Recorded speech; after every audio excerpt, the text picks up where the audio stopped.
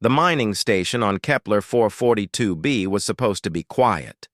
Marcus Chen had signed up for the 18-month contract specifically because it promised solitude. After 3 years of combat duty in the Terran Defense Corps, he wanted nothing more than to operate heavy machinery in peace, extract rare minerals from the red soil, and watch the twin suns set over the barren landscape each evening. The alarm that shattered his morning routine was definitely not part of the peaceful plan. Marcus rolled out of his narrow bunk as the emergency klaxons wailed through the prefab habitat modules. The automated voice of the station's AI echoed through the corridors. Unidentified craft detected. Impact imminent. All personnel to emergency stations. He pulled on his work suit and boots, muscle memory from his military days taking over. Through the small porthole of his quarters, he could see a streak of fire cutting across the orange sky. The object was small, too small to be a proper ship, and it was coming in fast and wrong. No controlled descent, no landing thrusters firing. This was a crash. By the time Marcus reached the control center, the object had already hit the surface about 3 kilometers from the station. The impact had kicked up a massive dust cloud visible even through the atmospheric processors. His supervisor, a gruff veteran named Rodriguez, was already coordinating the response. "Probably just space debris," Rodriguez muttered, studying the sensor readings. "But we need to check it out. Company policy." Marcus volunteered immediately. He had been on this rock for 8 months, and any break from routine sounded appealing. Rodriguez assigned him a rover and basic rescue equipment, though nobody expected to find survivors. The atmospheric readings from the crash site showed trace amounts of unusual energy signatures, but nothing that screamed immediate danger. The ride across the rocky terrain took 40 minutes. Marcus had made this journey dozens of times during his mineral surveys, but today felt different. The energy readings were getting stronger as he approached the impact site, and his rover's instruments were picking up something unusual. Not radiation exactly, but some kind of organized electromagnetic field that seemed almost artificial. The crash site was a mess of twisted metal partially buried in a crater about 20 meters wide. As Marcus climbed out of his rover, he could see that whatever had crashed was definitely not natural debris. The hull fragments had a crystalline quality that shifted colors in the light, and there were symbols etched into some of the larger pieces that looked deliberately crafted. That was when he heard the sound. It was faint, almost lost in the wind, but unmistakably organic. A whimpering cry that made something deep in Marcus's chest tighten with recognition. Someone was hurt and alive in that wreckage. He grabbed his emergency medical kit and started carefully climbing over the debris. The sounds grew louder as he worked his way toward what looked like it had been a small cockpit. The metal was still warm to the touch, and some kind of blue fluid was leaking from several cracks in the hull. When Marcus finally managed to pry open a section of the damaged cockpit, he nearly fell backward in shock. The being inside was definitely not human, but she was undeniably intelligent and unmistakably female. Her skin had a soft blue-gray color that seemed to shimmer with its own inner light. Her features were delicate and angular, with large eyes that were currently squeezed shut in pain. She was small, maybe 5 feet tall, and appeared to be wearing some kind of form-fitting suit that had been torn in several places during the crash. More importantly, she was bleeding. The blue fluid he had seen outside was coming from a deep gash on her left arm, and she appeared to have several other injuries. Her breathing was rapid and shallow, and when she finally opened her eyes to look at him, Marcus could see they were a brilliant silver color filled with fear and pain. For a moment, they just stared at each other. Marcus had encountered plenty of alien species during his military service, but most of those meetings had involved weapons and hostility. This was different. This being was vulnerable, hurt, and completely at his mercy. "Hey," he said softly, the way he might talk to a frightened animal. "I'm not going to hurt you. I want to help." She said something in a language that sounded like musical chimes mixed with whispered wind. Her voice was beautiful despite the obvious pain, but Marcus couldn't understand a word. He slowly reached for his medical scanner, moving deliberately so she could see what he was doing. The scanner's results were fascinating and terrifying. Her basic physiology was similar enough to human that his medical supplies might actually help. But some of her readings were completely off any scale he understood. Her body temperature was lower than human normal. Her heart rate was faster. And there were energy patterns in her nervous system that suggested some kind of natural bioelectric field. What really concerned him was the radiation exposure readings. Whatever had happened to her ship, she had been subjected to enough hard radiation to kill a human 3 times over. Yet here she was, conscious and alert, despite her injuries. Marcus made a decision that would change everything. Instead of calling back to the station immediately, he started treating her injuries with his field medical kit. The blue blood clotted differently than human blood, but it did clot. The antiseptic in his kit seemed to work on her wounds, and when he carefully bandaged her arm, she made a sound that he interpreted as gratitude. She was watching him work with those incredible silver eyes, and Marcus found himself talking to her even though she couldn't understand. "I know this is scary," he said as he checked her other injuries. "But you're going to be okay. I'm Marcus, by the way. Marcus Chen. I work at the mining station over there." He pointed in the direction of the facility. To his surprise, she repeated his name back to him with her musical voice. "Marcus." The pronunciation was slightly different, with an almost singing quality, but it was definitely his name. That was when things got complicated.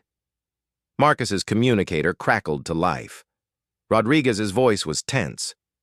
"Chen, what's your status out there? We're picking up some weird readings from your location." Marcus looked down at the alien girl. She was watching him intently, and somehow he got the impression that she understood this was a critical moment. If he reported what he had found, there would be procedures to follow. Protocols. The company would want to study her, and then the government would want to study her. And then who knew what would happen? "Just debris," Marcus heard himself saying. "Looks like some kind of unmanned probe. I'm going to need some time to catalog everything before I head back." "Copy that. Take your time." Marcus immediately felt guilty about lying, but something about the way the alien girl was looking at him made him want to protect her. Maybe it was her obvious vulnerability, or maybe it was the intelligence he could see in her silver eyes. Either way, he had just committed to helping her without really understanding what that meant. Over the next few hours, Marcus learned several important things. First, the alien girl was stronger than she looked. Despite her injuries, she was able to move around once he had treated the worst of her wounds. Second, she was incredibly intelligent. She picked up on his attempts at basic communication almost immediately, and soon they had established simple gestures for yes, no, water, and pain. Third, and most surprising, she had some kind of natural healing ability. The wounds that had been bleeding freely when he found her were already starting to close after just a few hours. Not human fast healing, but faster than should have been possible. Her name, as near as Marcus could pronounce it, was something like Lyra. She seemed amused by his attempts to say it correctly and repeated it several times until he got close enough to satisfy her. As the day wore on, Marcus realized he was facing a serious problem. He couldn't hide Lyra forever, and he couldn't just leave her at the crash site. The mining station wasn't equipped for guests, especially alien guests, and he had no idea what her dietary needs might be or what kind of atmosphere she breathed. But when he tried to explain through gestures that he needed to take her to the station, she became agitated. She pointed at the sky and made urgent sounds, clearly trying to tell him something important. Then she grabbed his hand. The moment their skin made contact, Marcus felt a jolt of electricity run through his nervous system. Not painful, but definitely unusual. For just an instant, he could have sworn he heard her voice in his head, speaking perfect English. "They're coming. The harvesters. They hunt my people. Not safe to be found." Marcus jerked his hand back, heart pounding. Had that really happened? Or was he imagining things? Lyra was staring at him with wide eyes, looking as surprised as he felt. Before he could process what had just occurred, his communicator buzzed again. This time it wasn't Rodriguez. "All stations, this is Terran Defense Corps Cruiser Valiant," a crisp military voice announced. "We have detected an unidentified spacecraft in this system. All civilian installations are advised to report any unusual activity immediately." Marcus looked at Lyra, who had gone very still. Somehow, even without understanding the words, she knew this was bad news. "The harvesters," she whispered, and this time Marcus definitely heard it in his head. "They found me." That evening, as the twin suns set over Kepler 442b, Marcus Chen sat in his small quarters with an injured alien girl hiding behind his equipment locker, watching the stars and trying to figure out how his quiet mining job had suddenly become the most important decision of his life. Through the porthole, he could see new lights moving among the familiar constellations, ships, lots of them. And something told him that whatever Lyra was running from had just caught up with her. The question was, what was he going to do about it? Marcus had been a soldier once. He understood duty and following orders and protecting civilians. But as he watched Lyra carefully examine the few personal items in his quarters with obvious curiosity and intelligence, he realized that all his training might have been preparing him for this moment. Not to follow orders, not to report what he had found, but to make a choice about what kind of man he wanted to be when it really mattered. Outside, the ships were getting closer, and Marcus Chen was about to find out just how far he was willing to go to protect someone who had literally fallen from the stars into his life. The ships arrived at dawn. Marcus woke to the sound of his emergency communicator buzzing frantically and the sight of massive shadows passing over the mining station. Through his small window, he could see vessels unlike anything in the Terran Defense Corps fleet. They were organic-looking, with smooth curves and a dark metal that seemed to absorb light rather than reflect it. Lyra was already awake, pressed against the far wall of his quarters with her silver eyes wide with terror. When she saw him looking, she touched his hand again, and her voice filled his mind with desperate urgency. "Harvesters, they take my people, use our energy to feed their ships. I am the last of my colony ship." The mental connection was getting stronger. Marcus could feel her emotions now, a mixture of grief, fear, and something else. Gratitude. She was grateful to him, which made what he was about to do even more important. His communicator crackled to life. "All mining station personnel, this is Harvester Command Ship. You will prepare to be boarded for inspection. Any resistance will be met with immediate termination." The voice was cold, mechanical, and spoke perfect English with no emotion whatsoever. Marcus had heard voices like that before during the border wars. They belonged to species that saw other life forms as resources rather than people. "Lyra," Marcus whispered, "I need you to stay hidden, no matter what happens. Don't come out until I come back for you." She grabbed his arm with surprising strength. "You cannot fight them, Marcus. They are too powerful. They will kill you." "Maybe," he admitted, "but I'm not going to let them take you without a fight." Marcus quickly gathered his equipment and headed for the station's control center. He found Rodriguez and the other miners huddled around the communication console, looking grim. "What do we know about these harvesters?" Marcus asked. Rodriguez shook his head. "Nothing good. The TDC has standing orders to avoid contact with them whenever possible. They're scavengers, but they're technologically superior to most species in this sector." What do they want? According to the intel briefings, they harvest biological energy from other species. They're nomadic, travel in fleet groups, and leave nothing but dead worlds behind them. Marcus felt his blood run cold. That explained Lyra's terror. Her entire people had been hunted by these creatures. The station's external sensors showed 3 large ships taking positions around the facility. There was no way to escape, and their mining equipment wasn't exactly designed for combat. But Marcus had an idea. Rodriguez, what's the power output of the main mining laser? About 50 terawatts when it's focused, Rodriguez replied. But Marcus, you can't be thinking, how long would it take to reconfigure it as a weapon? Rodriguez stared at him. Are you insane? That laser is designed to cut through solid rock, not fight spaceships. And even if we could modify it, these harvesters have shields that can probably handle anything we throw at them. Marcus was already moving toward the equipment bay. Maybe, but I bet they're not expecting a mining station to fight back. The next hour was a blur of frantic activity. While Rodriguez tried to stall the harvesters with communications delays, Marcus worked to reconfigure the mining laser's targeting system. It wasn't elegant, but it might work for one shot. The problem was that using the laser would drain all the station's power reserves. They would get one chance, and if it didn't work, they would be completely defenseless. That was when Lyra appeared in the equipment bay. I told you to stay hidden, Marcus said, not looking up from his work. I cannot let you die for me, she replied, both aloud and in his mind. There is another way. She moved to stand beside him, and Marcus could feel energy radiating from her body.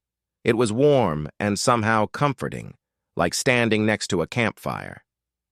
My people can share energy, she explained.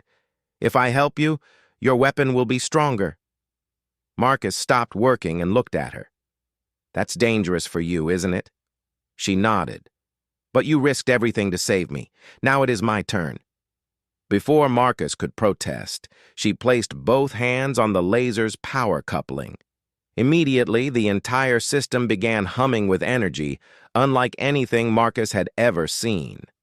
The power readings were climbing beyond anything that should have been possible. Lyra, this is too much. You'll burn yourself out.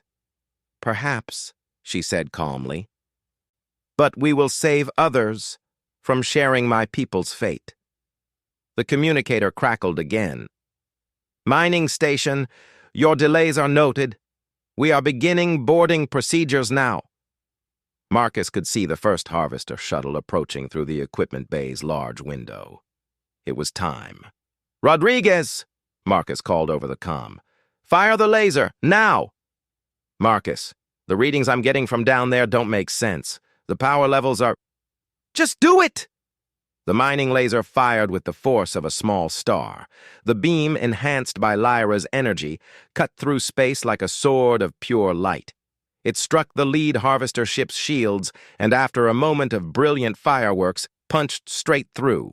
The alien vessel exploded in a spectacular fireball that lit up the entire mining station. The other 2 ships immediately began powering weapons and moving to attack positions. Lyra collapsed beside the laser, her skin now pale and dim. Marcus caught her as she fell. Did we get them? She whispered. One of them, Marcus said. But there are 2 more, and we're out of power.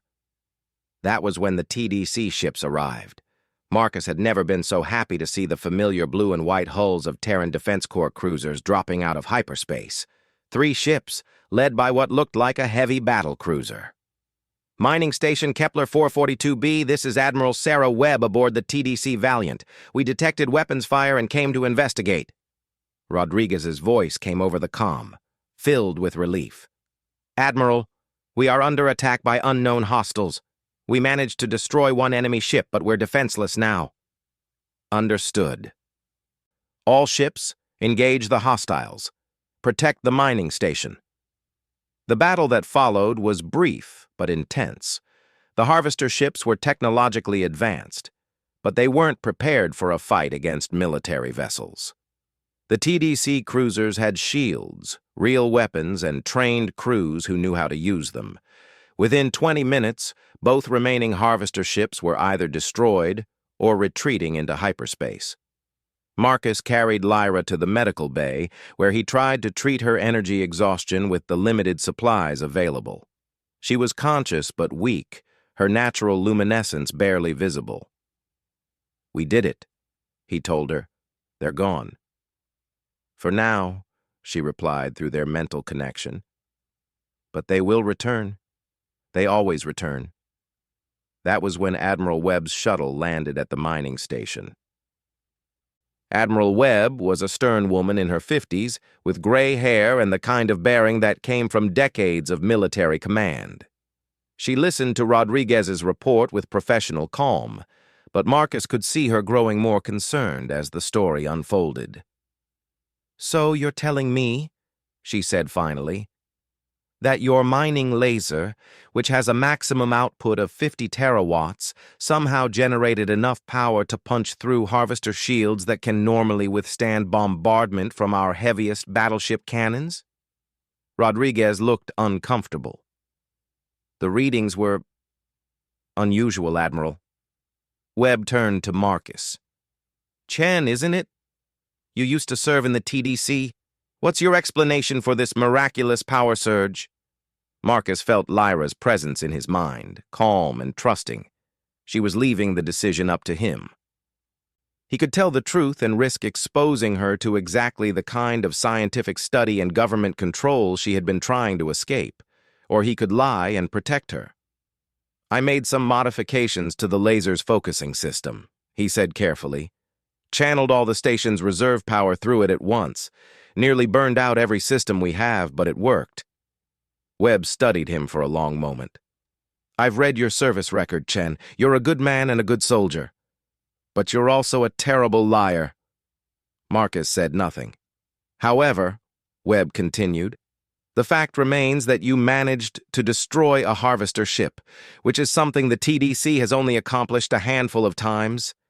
Whatever your methods, the result speaks for itself." She paused, looking out the window at the debris field where the harvester ship had been. "There's something else you should know," Webb said.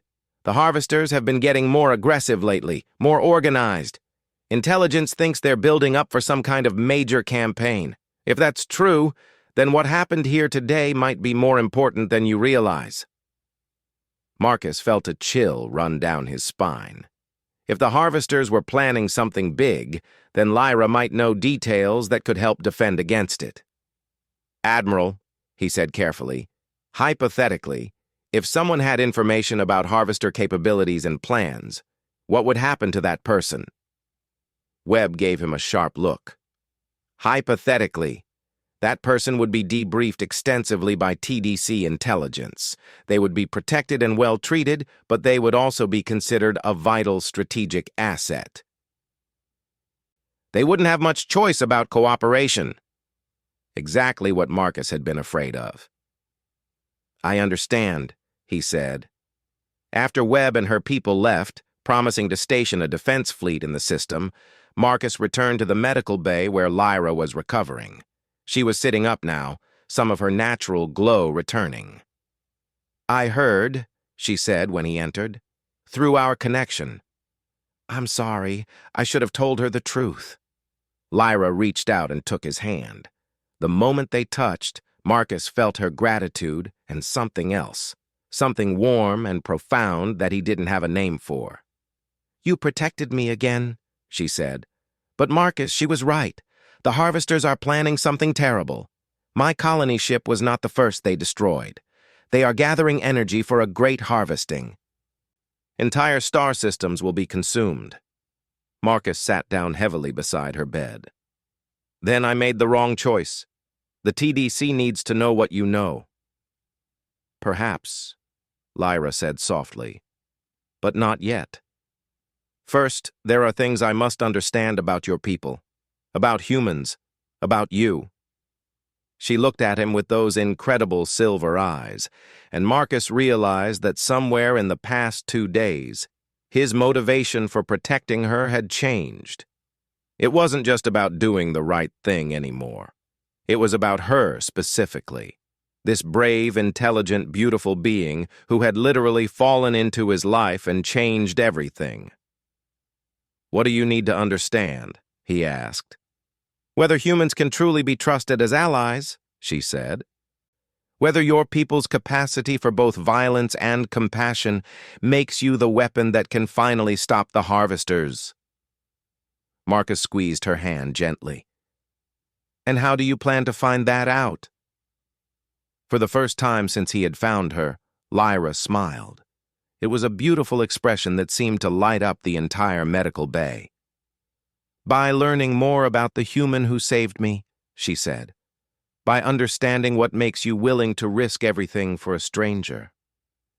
Outside the medical bay's small window, Marcus could see the TDC ships patrolling the system, keeping watch for any returning harvesters. But inside, with Lyra's hand in his and her presence warm in his mind, he felt like they had won more than just a battle. They had found each other, and somehow, that felt like the beginning of something much larger than either of them had imagined. 3 months had passed since the harvester attack, and life at the mining station had developed a new rhythm. Officially, Lyra didn't exist. The TDC patrols that regularly checked on the station knew nothing about the alien refugee living in the converted storage bay that Marcus had transformed into comfortable quarters. Unofficially, everyone at the station knew about her and had quietly agreed to keep the secret. It helped that Lyra was genuinely helpful. Her understanding of energy systems was far beyond human science, and she had made subtle improvements to the station's efficiency that saved the company thousands of credits in power costs. She learned English with remarkable speed, though she still preferred their mental connection for private conversations. What Marcus hadn't expected was how much he would come to depend on that connection. "You're worried again," Lyra observed as Marcus stared out at the stars from the observation deck. She approached silently, her footsteps barely audible even on the metal flooring. "The TDC intelligence reports are getting worse," Marcus admitted. "Admiral Webb was right. The harvesters are definitely planning something big." Lyra settled beside him on the bench. Over the months, she had grown stronger and more confident, but Marcus could still sense the underlying sadness that came from being the last survivor of her people. "Tell me," she said simply. Marcus activated his personal datapad, showing her the classified reports that Admiral Webb had been sharing with him. As a former TDC soldier and the person who had successfully fought harvesters, Marcus had been given access to intelligence briefings that painted a disturbing picture. 7 more colonies have gone dark in the past month, he explained. All in systems where harvesters were detected, and the pattern is getting closer to major human worlds. Lyra studied the star charts with the intense focus she brought to everything. "They are creating a harvesting grid," she said finally. "Each colony they consume provides energy to power their fleet for the next target. The pattern is designed to culminate in your home system." Marcus felt his blood turn cold. "Earth?" "Earth has over 10 billion humans," Lyra said softly. "The energy harvest from your homeworld would power the harvester fleet for generations. They could consume entire galactic arms." The implications hit Marcus like a physical blow. This wasn't just about random raids anymore. The harvesters were systematically working their way toward the greatest prize in human space. "How long do we have?" Marcus asked. Lyra's mental touch was gentle but urgent. "Based on their current pattern, perhaps 6 months. But Marcus, there is something else you must understand. The reason they have waited so long to target Earth directly." "What reason?" "They fear humans," she said simply. "More than any other species they have encountered." Marcus almost laughed. "Fear us? Lyra, their technology is decades ahead of ours. One of their ships can probably destroy a whole fleet of our cruisers." "Technology is not everything," Lyra replied. "My people were more advanced than humans in many ways, but we could not do what you did for me." "What do you mean?" Lyra was quiet for a long moment, her silver eyes reflecting the starlight streaming through the observation windows. "When I was captured by the harvesters," she said finally, "they put me in a cell with others of my kind. We had given up hope. We knew we would be consumed like the rest of our people. But you saw a stranger in pain and immediately risked everything to help. No calculation of benefit, no consideration of consequences, just immediate action to protect someone weaker." Marcus shifted uncomfortably. Anyone would have done the same thing. "No," Lyra said firmly. "That is where you are wrong. Most species, when faced with a superior enemy, choose survival. They submit or they flee. Humans choose to fight, even against impossible odds, even when it makes no logical sense." She touched his hand, and through their connection, Marcus felt a complex mixture of admiration, affection, and something deeper. "The harvesters have studied humans for decades," she continued. "They have watched your species fight wars against overwhelming odds and somehow find ways to win. They have seen humans sacrifice themselves for strangers, for principles, for abstract concepts like freedom and justice. It terrifies them because it is completely outside their understanding." Marcus was beginning to see where this was leading. "You think humans could actually defeat them?" "I think humans are the only species that might be able to defeat them," Lyra corrected. "But only if you understand what you are truly fighting."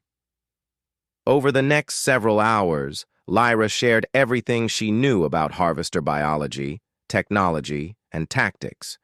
The picture she painted was both terrifying and oddly encouraging. The harvesters were not actually a single species, but rather a collective consciousness made up of multiple races they had consumed over millennia. They existed in a state of constant hunger for biological energy, which they used to power not just their technology, but their very existence. "They cannot truly die as long as the collective survives," Lyra explained, "but they also cannot truly live. They exist in a state between life and death, sustained only by consuming others." "That's horrible," Marcus said. "It is," Lyra agreed, "but it is also their weakness. They cannot understand individual sacrifice because they have no true individuals. They cannot comprehend fighting for others because they see all other life as food. This is why they fear humans." Marcus was quiet, absorbing the implications. If Lyra was right, then humanity's greatest strength in this fight would be the very things that made them human: their willingness to sacrifice for others, their refusal to give up even in hopeless situations, and their ability to see value in life beyond mere survival. "Lyra," he said finally, "we need to tell the TDC everything. This information could save billions of lives." She nodded, but Marcus could sense her reluctance through their connection. "I know," she said, "but once I reveal myself to your government, everything changes. I will become a strategic asset. As your Admiral Webb said, I will lose my freedom, and I will lose—" She trailed off. "Lose what?" "You," she said simply. "I will lose you." The words hung in the air between them like a confession. Marcus realized that over the past 3 months, his feelings for Lyra had grown into something far beyond simple protection or friendship. She was brilliant, brave, and beautiful, in a way that had nothing to do with her alien features. More than that, their mental connection had created an intimacy unlike anything he had ever experienced. "Lyra," he said carefully, "what exactly are you saying?" She turned to face him fully, her silver eyes reflecting the depth of emotion that their connection had been growing stronger with each passing day. "I am saying that I love you, Marcus Chen," she said, both aloud and through their mental bond with a clarity that left no room for doubt. "I know it is impossible in many ways. We are different species from different worlds, but what I feel for you is real." Marcus felt his heart racing. Through their connection, he could feel her emotions directly. Love, fear, hope, and desperate vulnerability all mixed together. "It's not impossible," he said softly, "because I love you too." When they kissed, Marcus felt their mental connection flare into something beautiful and overwhelming. For a moment, he could experience the world through her perceptions, the way she saw colors he had no names for, the way she felt energy patterns in living things, the way his own emotions appeared to her as warm light in the darkness. But the moment was interrupted by an urgent alarm from the communications center. They rushed to the control room where Rodriguez was frantically working the communication console. His face was pale with shock. "Marcus, we're getting emergency broadcasts from 3 different star systems," Rodriguez said. "Massive harvester fleets have appeared simultaneously. They're not following the pattern anymore. They're attacking everything at once." Marcus felt Lyra's fear spike through their connection. "The final harvesting," she said. "It has begun." The next few hours were chaotic. Emergency broadcasts flooded in from across human space as harvester fleets struck at dozens of worlds simultaneously. The TDC was mobilizing everything they had, but it was clear that humanity was facing a coordinated assault unlike anything they had prepared for. Admiral Webb contacted the station directly. "Chen, I'm commandeering your facility as a forward command post," she announced without preamble. "We need every advantage we can get, and frankly, you seem to have better intelligence about these harvesters than anyone else." Marcus looked at Lyra, who nodded with resignation. "Admiral, there's something I need to tell you," Marcus said, "about how we really destroyed that harvester ship 3 months ago." When Admiral Webb arrived 6 hours later with a full fleet support staff, Marcus and Lyra were waiting for her in the station's main conference room. Webb took one look at Lyra and stopped dead in her tracks. "Well," she said after a moment, "that explains a few things." The debriefing that followed was intense but productive. Lyra shared everything she knew about harvester weaknesses, tactics, and the true scope of their threat. Webb, to her credit, treated Lyra as an ally rather than a prisoner, though Marcus could see the Admiral's mind working on the strategic implications. "So what you're telling me," Webb said finally, "is that our best weapon against the harvesters is essentially our humanity itself." "In a sense, yes," Lyra replied. "They expect other species to submit when faced with overwhelming force. They do not know how to fight an enemy that refuses to surrender." Webb nodded thoughtfully.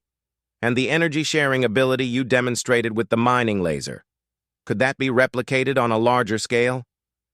"Perhaps," Lyra said, "but it would require willing cooperation between my energy and human technology. It cannot be forced."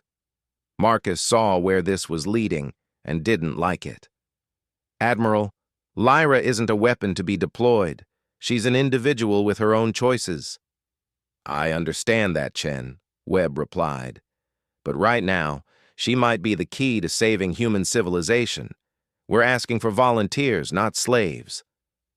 Lyra squeezed Marcus's hand under the table, their mental connection warm with shared resolve. "I will help you fight the harvesters," she said clearly. "They destroyed my people, and I will not let them destroy yours. But I have conditions." "Name them," Webb said. "I will work with your engineers and scientists as an equal partner, not a test subject. I will maintain my freedom to make my own choices. And Marcus stays with me as my liaison and translator." Webb smiled slightly. "Done. Though I suspect Chen would have insisted on that last point regardless of whether you had asked for it." As if summoned by their conversation, Rodriguez burst into the conference room. "Admiral, we're getting reports from the outer colonies. The harvester fleets are moving faster than expected.